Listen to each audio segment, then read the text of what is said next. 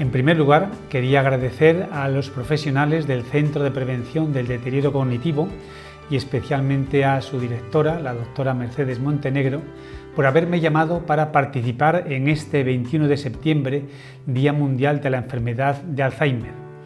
Es para mí un honor el estar en compañía de estos grandes profesionales. El tema que vamos a tratar es la actualización en la intervención en la enfermedad de Alzheimer. Y este va a ser el desarrollo. Fármacos, situación actual, fases, ensayos, clínicos, tratamientos, fármacos en investigación, tratamientos no farmacológicos, factores de riesgo y prevención, con un pequeño apunte sobre el método Mann de estimulación cognitiva y entrenamiento de memoria. En primer lugar, hay que tener en cuenta lo siguiente, que los ensayos clínicos son el único procedimiento por el cual se pueden aprobar nuevos tratamientos, no hay otro. No es nuestra opinión, no es lo que nos parezca, no es una moda, no, sino que son ensayos clínicos que se realizan en poblaciones con distintos grados de patología y se realizan tanto para prevenir como para retrasar el inicio, frenar la progresión o mejorar los síntomas cognitivos y conductuales. Repito, no se trata de opiniones, son ensayos y son estudios serios. Vemos lo de los tratamientos farmacológicos. En primer lugar, desde que se concibe un fármaco hasta que está en la calle, ¿qué es lo que sucede? Pues sucede todo esto, que lleva mucho tiempo, 12, 13, 14 años. En primer lugar, hay una fase preclínica que se realiza en un laboratorio y ahí se hacen cultivos celulares, órganos aislados, ensayos en animales de experimentación y, como digo, dura 4 o 5 años. Posteriormente ya entra la fase clínica, que es el estudio en humanos. El estudio en humanos tiene asimismo 4 fases, que ahí al lado indico el número de pacientes que va a entrar en cada fase. Y en la primera fase se estudia la farmacocinética y la dinámica del fármaco, o sea, cómo se distribuye en el organismo, cómo se va metabolizando, qué efectos tienes, igualmente el modo de administrar y la dosis. Tengamos en cuenta que eso debe estar perfectamente ajustado. Si nosotros, por ejemplo, tomamos 2 miligramos de aspirina, realmente no producirá absolutamente ningún efecto. Sin embargo, si damos 5 gramos a un paciente, es muy probable que le perfore el estómago. O sea que tenemos que ajustar las dosis, 500 miligramos, 100 miligramos. Esto es importantísimo y esto lleva su tiempo. En la fase 2 está la respuesta a la enfermedad con aspectos de seguridad. Si funciona o no funciona para la enfermedad, si la mejora, si la elimina, etc. En la fase 3 hay también que ver si este tratamiento es mejor que los anteriores, si añade algo. Para eso están los grupos control y los grupos experimental y al final ya en la fase 4 se comercializa el fármaco, hay una farmacovigilancia y se ven los efectos secundarios a largo plazo. Muy bien, en total vemos que puede llegar 12, 13, 14 años. Y esta gráfica es de 2012, lo vemos aquí abajo. Y hay una fase, estos son las fases, los círculos o los ovoides, fase preclínica, fase 1, fase 2, fase 3, fase 4. Vemos que en la fase 4 están los fármacos actuales, donepezilo, ribastigmina, galantamina y memantina, que son los 4 que tenemos actualmente. El último se ha descubierto y se ha empezado a utilizar en el 2003. Desde hace entonces 18 años no hemos tenido ningún fármaco nuevo. En una primera etapa, ¿qué es lo que hacen estos fármacos? Pues mejoran al paciente. Posteriormente hacen más lento el desarrollo de la enfermedad, no la curan realmente. Últimamente, en este mismo año, se ha aprobado por parte de Estados Unidos un nuevo medicamento, el aducanumab, Adulgel, que pretende eliminar los depósitos de beta-amiloide y es una nueva estrategia en tratamientos. Es una inyección intravenosa cada 4 semanas, pero ¿qué sucede? No está aprobada en Europa. ¿Y por qué no está aprobada en Europa? Porque de los dos, porque lleva su tiempo primero, por supuesto, y porque de los 2 ensayos que se han realizado con aducanumab, los 2 han resultado negativos. Sin embargo, en el segundo hubo un grupo de pacientes que tenía disminución en los depósitos de beta-amiloide y por eso es por lo que se ha aprobado. Tardará más tiempo en aprobarse en Europa si es que lo hace. Muy bien, y estos son también numerosos ensayos con numerosos fármacos solamente recogidos por el gobierno de Estados Unidos. Aducanumab, gantenerumab, briostatin, daratumumab, trealosa, etcétera, etcétera. Ceraciclovir, que es un antivírico, nicotina y derivados, células madres, células mesenquimales. Estas células están tomadas o bien de la piel o bien del cordón umbilical cuando nacen los niños. También en terapia vestibular, ultrasonidos, acupuntura, vemos que hay numerosos tratamientos distintos que diríamos, pero ¿cómo esto se utiliza para el Alzheimer? Suplementos dietéticos, rayos gamma, terapia electroconvulsiva, dieta cetogénica, etcétera, etcétera, etcétera, etcétera. O sea que hay numerosos tratamientos que se están utilizando. De ellos vamos a ver cuáles dan efectos y cuáles no dan efectos. Muy bien, pero ¿en qué se basan los tratamientos para la enfermedad de Alzheimer? Pues tienen que basarse en lo que sabemos sobre la patología de la enfermedad, en cómo se produce esta enfermedad y qué cuadro patológico, neuropatológico produce. Y aquí hay un aspecto clave. En el cerebro de los enfermos de Alzheimer encontramos placas seniles y ovillos neurofibrilares. También a veces se encuentran placas seniles y sobre todo a partir de los 80 años en gran parte de los mayores, incluso mucho antes de esta edad, pero en los enfermos de Alzheimer son placas seniles especiales, son mucho más densas, en las personas sin enfermedad de Alzheimer son más difusas y tienen otro componente. Aquí vemos una placa senil de amiloide, hecha de amiloide, de una proteína, que va seguramente a producir la muerte de la célula. Este es el efecto negativo que producen. La proteína tau es otro elemento clave que forma los ovillos neurofibrilares.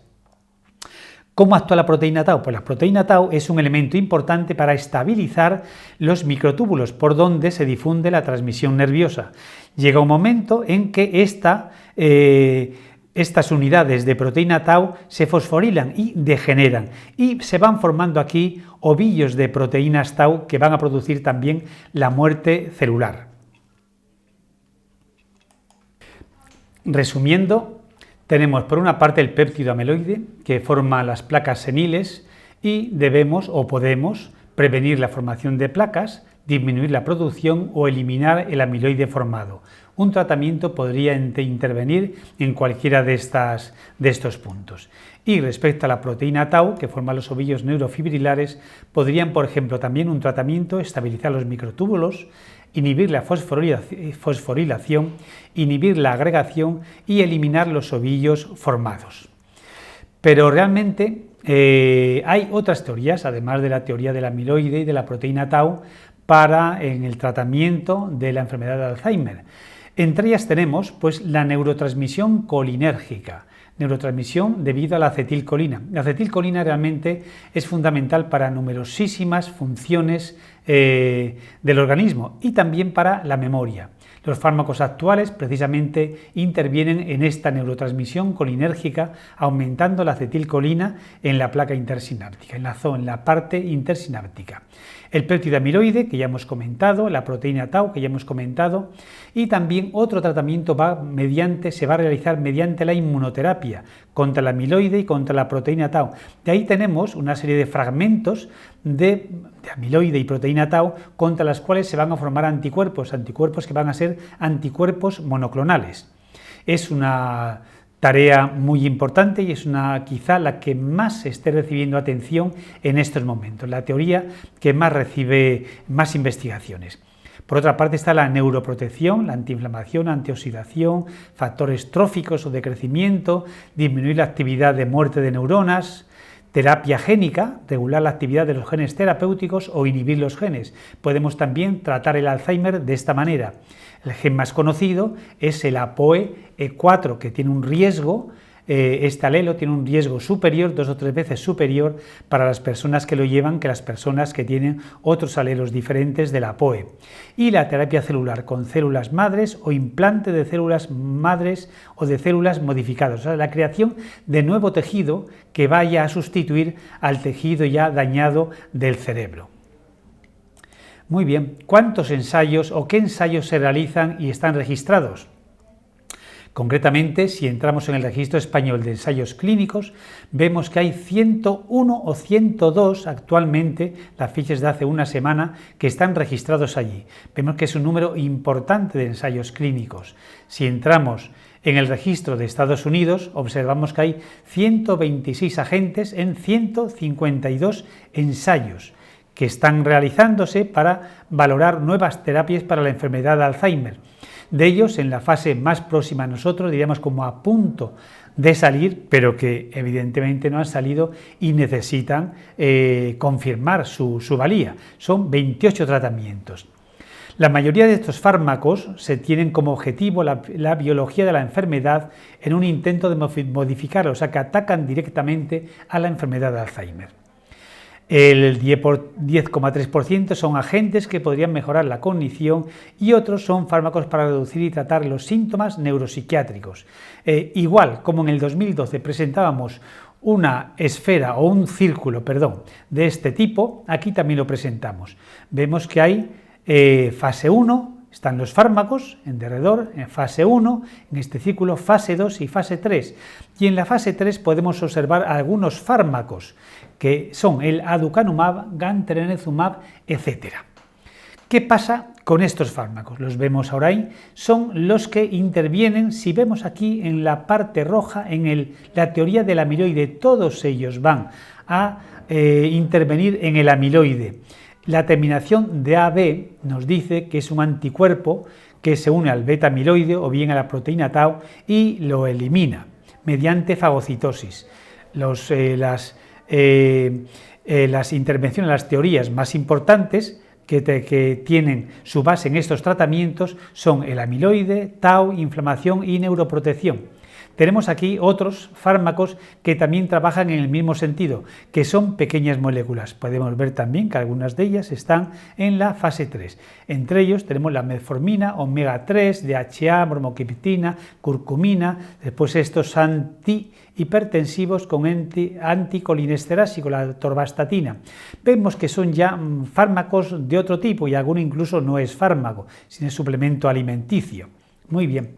Y para reducir los síntomas, sobre todo los síntomas psiquiátricos, pues tenemos otra serie de ellos, el escitalopram, mirtazapina, también la cafeína para dar impulso, nicotina y derivados, etcétera, etcétera. Todos estos son los fármacos que se están experimentando actualmente.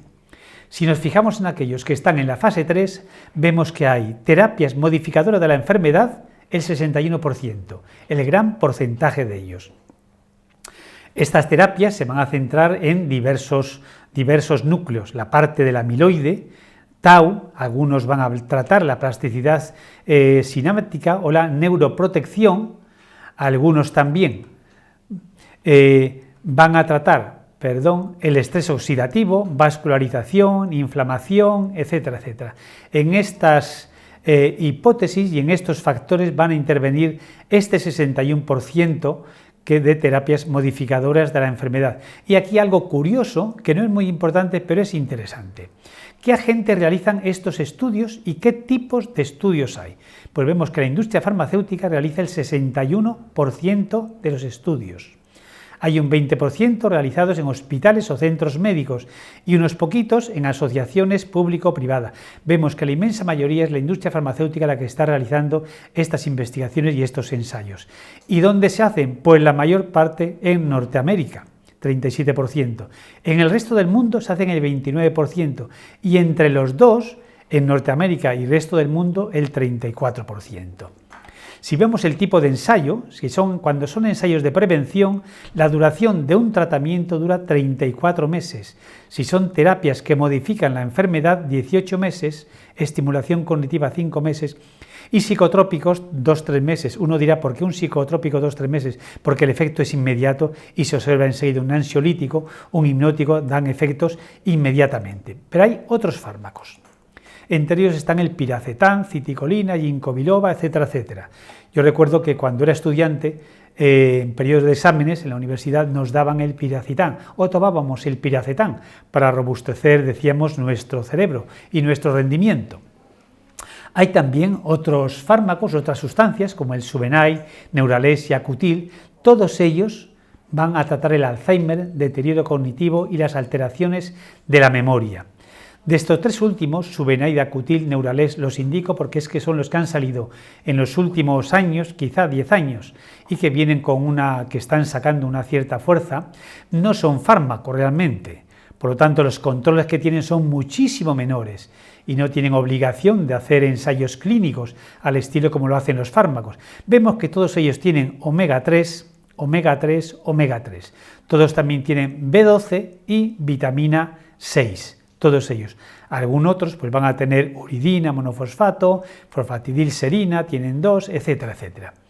Pero todos estos son tratamiento para el Alzheimer. Realmente no se ha demostrado que sirvan con el tratamiento para el Alzheimer. Alguno de ellos tiene algún estudio, pero que no es directamente claro y que no se observa claramente que mejore la enfermedad de Alzheimer. Pero pueden ser útiles para prevención. Probablemente puedan ser útiles para prevención, para el deterioro cognitivo leve y sobre todo para la alteración de memoria asociada a la edad. Pero es muy dudoso que ejerzan un efecto en el tratamiento del Alzheimer. Muy bien, y algunos han sido rechazados por los estudios o bien no se ha demostrado su eficacia. Por ejemplo, la vitamina E, que tiene un efecto antioxidante, no se ha demostrado con ella nada. Los estrógenos, no se ha demostrado con ellas nada.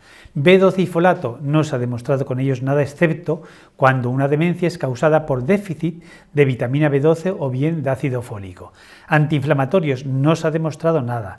Estatinas, anticolinestérasicos, son evidencia de disminución del riesgo, pero no se ha demostrado aún nada en tratamiento. No sé si he dicho anticolinestérasicos, realmente son anticolesterol, hipolipemiantes. Ginkgo biloba, hipercina, ginseng, omega 3, dudosos efectos, siguen los estudios, selegilina, etc. No se ha demostrado que estos fármacos o que estas sustancias produzcan efectos beneficiosos que mejoren la enfermedad de Alzheimer. Después han sido rechazados o no demostrados, Alzamed, Abagacest, etcétera, etcétera. Vemos un núcleo muy importante con un etcétera posterior. Muy bien, pues si esto sucede con los fármacos, con el tratamiento farmacológico, vamos a ver qué pasa con los tratamientos no farmacológicos. Tratamientos no farmacológicos, ¿cuáles son los objetivos? Ponemos el primero, preservar o mejorar las funciones cognitivas, memoria, atención, lenguaje. Pero aunque lo hayamos puesto el primero, no quiere decir que todo sea preservar o mejorar funciones cognitivas. Por ejemplo, la reminiscencia. No podemos utilizarla para mejorar las funciones cognitivas, la memoria, aunque se trata de recordar hechos pasados, juguetes, objetos antiguos con los que la persona se ha ido desarrollando, no mejora las funciones cognitivas, pero tienen estos tratamientos no farmacológicos otras funciones, como son dar apoyo al paciente y a sus familias, sobre todo en el estadio inicial de la enfermedad.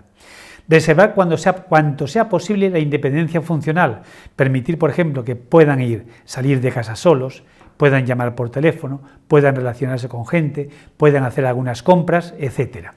Mejorar o mitigar los problemas de la conducta de los enfermos, y hablo de la irritabilidad, de la situación que tienen a veces por la noche, con esas deambulaciones de un sitio a otro. Hablo también de mejorar, otro objetivo sería mejorar los aspectos emocionales, dar bienestar emocional, alegría, actividad. Por ejemplo, la musicoterapia realmente sí funciona y actúa en estos aspectos emocionales. Mejorar la comunicación del paciente con familiares y su entorno, apoyar a los familiares y cuidadores, y todo esto, los no farmacológicos y los farmacológicos, mejorar la calidad de vida tanto para los familiares y cuidadores como para los enfermos. ¿Y cuáles son estos tratamientos farmacológicos? Pues son numerosos. Aquí os indico parte de ellos, gran parte de ellos realmente, como por ejemplo la relajación, la estimulación cognitiva, el entrenamiento unimultifactorial, reminiscencia, musicoterapia. Musicoterapia realmente no va a mejorar el rendimiento cognitivo, pero la gente sí se va a encontrar mejor, va a mejorar la conducta y va a estar más a gusto y más feliz también. Ludoterapia, reestructuración ambiental. ¿Reestructuración ambiental qué es? Esto es mejorar el ambiente de la casa, eliminando todos aquellos factores que puedan ser de riesgo, por ejemplo, alfombras gruesas, etc. Otra serie de muebles que tenemos en casa que pueden ser un factor de riesgo de accidentes. Muy bien, pero cuidado, Este es un estudio que es interesante y que me lleva también a decir determinado aspecto que hay que tener en cuenta. Un estudio entre 653 pacientes que se siguieron durante 2 años, un seguimiento largo. Se hizo un grupo de terapia de reminiscencia con parte de los 653 recuerdos autobiográficos, etc. Un grupo de estimulación cognitiva, estimular la atención, lenguaje, percepción, etc.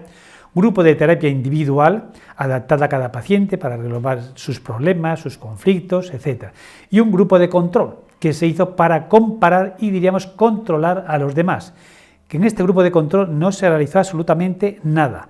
Pues bien, ¿qué sucede en comparación con el grupo en el que no se hizo nada? La terapia de reminiscencia, si vemos que son no diferencias entre el que no se hizo nada y terapia de reminiscencia, vemos que ni en declive cognitivo actuó, ni en dependencia, ni en trastornos de conducta, ni en calidad de vida, ni en apatía, ni en la carga del cuidador, ni en costes, ni retraso de la institucionalización, consiguió este grupo que hicieron esas personas, esos profesionales en Francia, funcionó ni tuvo efectos positivos. Lo mismo con la terapia de estimulación cognitiva. Con la terapia individual hubo mejoría en la dependencia y hubo un retraso de 6 meses en la institucionalización. ¿Qué quiero decir con esto? Que no tienen efecto la terapia no farmacológica en absoluto. Quiero decir que algunos estudios no han producido efectos. Entonces, ¿qué conclusión sacamos? Pues que hay que hacer las cosas bien y hay que hacerlas formándose primero los profesionales, después realizando bien los programas de una manera sistemática, organizándolos, previendo lo que se va a hacer, estudiando los resultados de otros programas similares. Por ejemplo, efectos farmacológicos, efectos de los tratamientos no farmacológicos, efectos positivos, por ejemplo, de estos tratamientos multicomponentes, producen un retraso en la institucionalización cuando se hacen bien. Otros tratamientos, otras intervenciones cognitivas, vemos qué tamaño de efecto tienen. Pues el entrenamiento cognitivo grupal, efectos positivos, efecto medio-alto. Estos son de estudios que reúnen todos los estudios que se han realizado, o la mayor parte de ellos, los que se han realizado en el mundo. Y estos son los resultados de las intervenciones no farmacológicas. Estimulación cognitiva grupal, efecto medio, intervenciones multicomponentes, efecto medio. Vemos, por lo tanto, que cuando juntamos todos los tratamientos no farmacológicos sí nos dan resultados y resultados positivos, pero hay que hacerlos bien. Realmente, ¿cómo se debería intervenir? Pues deberían hacer intervenciones multidominio. Y una intervención multidominio, ¿qué es lo que hace? Pues primero, intentar cambiar y mejorar el estilo de vida. La nutrición es un aspecto importante y las actividades sociales de ocio, que también mejoran y son preventivas. También añadir el ejercicio físico y la estimulación cognitiva grupal. Tanto unos como otros pueden también incluso intervenir en el cerebro, mejorando determinadas funciones. Y todo esto debe hacerse para la prevención y el tratamiento, entre comillas. Digo entre comillas porque es que no van a mejorar totalmente la enfermedad. Y ya pasamos a la última parte, que hablamos de prevención, factores de riesgo, factores protectores, etc. Los factores de riesgo son factores genéticos. Comentamos muy brevemente el APOE y hay otros factores de riesgo. Hay numerosos genes involucrados y que son de riesgo, PICALM, ACT, BDNF, etcétera, etcétera. Y factores protectores también tenemos. El alto nivel educativo es un factor protector, mientras que el bajo nivel educativo es un factor de riesgo. Del mismo modo, los hábitos de vida pueden funcionar como factores de riesgo y factores protectores. La exposición laboral, la hipertensión y otros factores de riesgo laboral que van arañando y van causando deterioro en el cerebro poco a poco. Pues actividades sociales son factores protectores y las drogas antihipertensivas para aquellas personas que tienen hipertensión arterial. También los hábitos de vida, volvemos en la última fase, los hábitos de vida, la dieta, actividades físicas, consumo moderado de alcohol o no consumo de alcohol, drogas antihipertensivas, etc. Vemos que se puede trabajar en la prevención y también en los factores protectores. ¿Y qué decir respecto a la estimulación cognitiva? La estimulación cognitiva vale para prevención de la salud y para la promoción de la salud, y para la prevención del deterioro cognitivo. Y aquí tenemos diversos métodos. Entre ellos, uno de los más utilizados en el mundo es el método Uman. Ustedes a lo mejor se extrañan que por qué he decidido en el mundo. Pues observen ustedes y si conocen algún método que ha hecho más de lo que voy a comentar y de lo que voy a presentar en 2 diapositivas únicamente, me lo dicen y la próxima vez esas 2 diapositivas las quitaré de la presentación. Vamos a ver. El programa de memoria que lleva haciéndose hace algo más de 20 años en el municipio de Madrid ha realizado más de 50.000 evaluaciones, ha realizado más de 1.000 grupos, ha tenido entrenadas a más de 20.000 personas y 56 cursos para profesionales externos al ayuntamiento. Que sepan, no hay ningún programa de estimulación cognitiva o entrenamiento de memoria en el mundo que tenga estos datos. Por otra parte, también tiene una serie de documentos que yo dudo que lo haya en otros programas, pero pudiera haberlos. Libro del programa, manual de entrenamiento, libro con diapositivas del usuario, para divulgación, libro para divulgación, láminas y toda esta serie de cuadernos de estimulación cognitiva que aún hay más, no los he puesto todos, no cabrían realmente aquí en la diapositiva, habría que hacerlos mucho más pequeños. Y también ligados al método Uman están estos ejercicios interactivos de estimulación cognitiva que pueden ustedes encontrarlos en la página web de Madrid Salud del Centro de Prevención del Ayuntamiento de Madrid. Pero no solamente esto, sino también artículos sobre el método Uman. Si alguien dice que el método Uman lleva demasiado tiempo y que está atrasado, realmente se equivoca. En el 2003 se escribió el primer artículo sobre el método Uman. Posteriormente tenemos artículos, aquí he escogido algunos, no todos, del 2010, 2013, 2014, 2015, una tesis doctoral, 2016 en el Aging, Neuropsychology and Cognition, no son revistas cualesquiera, en el Journal of Alzheimer's Disease, en el Frontiers, Research Square, Archives, etcétera, etcétera. Estos son del 2019 y además tenemos también del 2019 otro en el Brain Connectivity. También son revistas importantes de este mundo y estamos realizando las correcciones de uno que ha sido admitido en primera fase por el Journal of the International Neuropsychological Society. Otro también va a ser enviado en el 2021. Vemos que tiene perfecta actualidad y que se está trabajando y haciendo ciencia con este programa, aparte de los libros y capítulos de libros. Y ya como conclusión les diría que hay unos tratamientos para la enfermedad de Alzheimer que hay que utilizar, como siempre, con sentido común. Que los fármacos aprobados actualmente tienen un efecto medio y deben utilizarse. Que hay otros fármacos y suplementos alimenticios cuyo efecto no se ha demostrado. Que hay tratamientos no farmacológicos cuyo efecto es positivo y que deben utilizarse. La estimulación cognitiva debe utilizarse. Y en prevención para los mayores, estimulación cognitiva y entrenamiento de memoria. Y por fin, hablar que el método Uman de Madrid Salud para entrenamiento de memoria es un método probado y actual, útil para la prevención del deterioro cognitivo. Muy bien, y muchas gracias por su atención. Buenas tardes.